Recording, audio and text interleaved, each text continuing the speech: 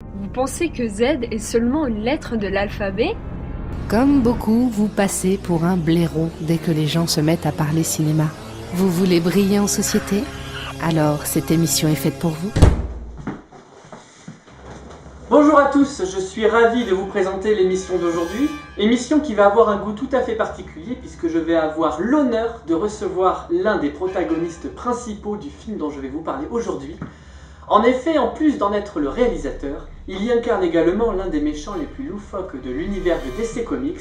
Je veux parler bien sûr de l'Homme Mystère, incarné ici par Fabien Condamina, que je reçois dès maintenant. Bonjour, Vous êtes qui? Jimmy Condamina, assistant artistique. Assistant artistique, mais qu'est-ce que c'est que ça? J'avais demandé un acteur principal ou à la limite j'aurais pu me contenter d'un membre de l'équipe technique dont le statut commencerait par directeur ou se terminerait par en chef. Mais assistant artistique, qu'est-ce que je vais faire de ça? On s'en fout. Je suis le frère du réalisateur. On se sent comme deux gouttes d'eau. Regarde, on n'a qu'à dire que je suis Fabien Condamina et les gens verront rien. D'accord, ok, mais alors compte pas sur moi pour balancer des fleurs sur un sous-fifre de l'équipe technique, on est d'accord? Aussi fraternel soit ton lien avec le réalisateur. J'ai quand même revisité la carte Joker, quoi. Et c'est même moi qui ai dessiné les notes de l'Homme Mystère. Et j'ai même fait une version de l'affiche minimaliste. Ta gueule, on s'en fout. Non mais oh, on se calme. En plus ça tourne. Ah bah bravo l'image, hein. C'est pas grave, on coupera en montage. C'est bon, on peut y aller. Oui! Et action. En effet, et aujourd'hui, Rictus Mortel. Ah, c'est moi qui ai commandé le costume de l'Homme Mystère en direct de Shanghai. Ce début d'année 2013 marque la 9e réalisation de Fabien Condamina et le 3e partenariat entre Chameleons Film et Shadow Vision Production.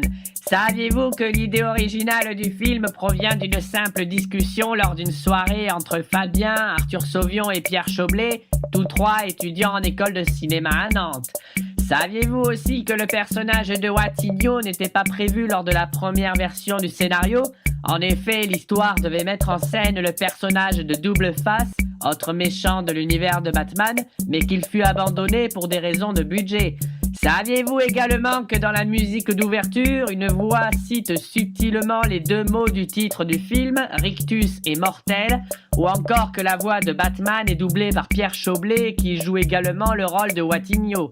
Saviez-vous aussi que l'on peut apercevoir un double clin d'œil à Jim Carrey, à savoir le costume de l'Homme Mystère issu du Batman Forever, ainsi que le nombre 23 écrit sur le parchemin d'Enigma, faisant référence au film éponyme dont Jim Carrey y joue le rôle principal?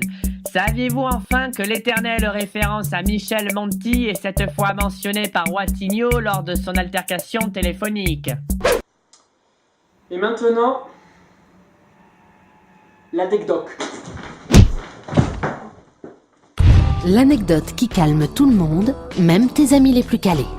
Vous ne le savez peut-être pas, mais le nom du personnage du mafieux Watigno, joué ici par Pierre Choblet, fait simplement référence à Wattigny, qui est le nom de l'arrêt de tram qu'emprunta Fabien Condamina durant toutes ses études à Nantes. Merci qui? Non mais tu comprends, je sais pas ce qui m'a pris sous une impulsion parce que je pense que j'étais frustré, on m'avait promis Fabien Alors et voilà. Il paraît qu'on traite mon frère de sous-fifre. Il y a un problème avec l'équipe technique de mon film. Non, pas du tout, non. On va voir alors ce qu'il a à dire au cher directeur artistique. Non.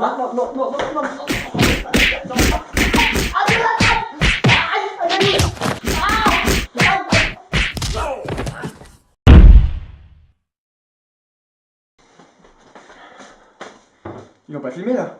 Non. Non, parce que c'est pas beau à voir. Hein. Non, puis au pire, il paraît qu'il coupe au montage alors. Ah.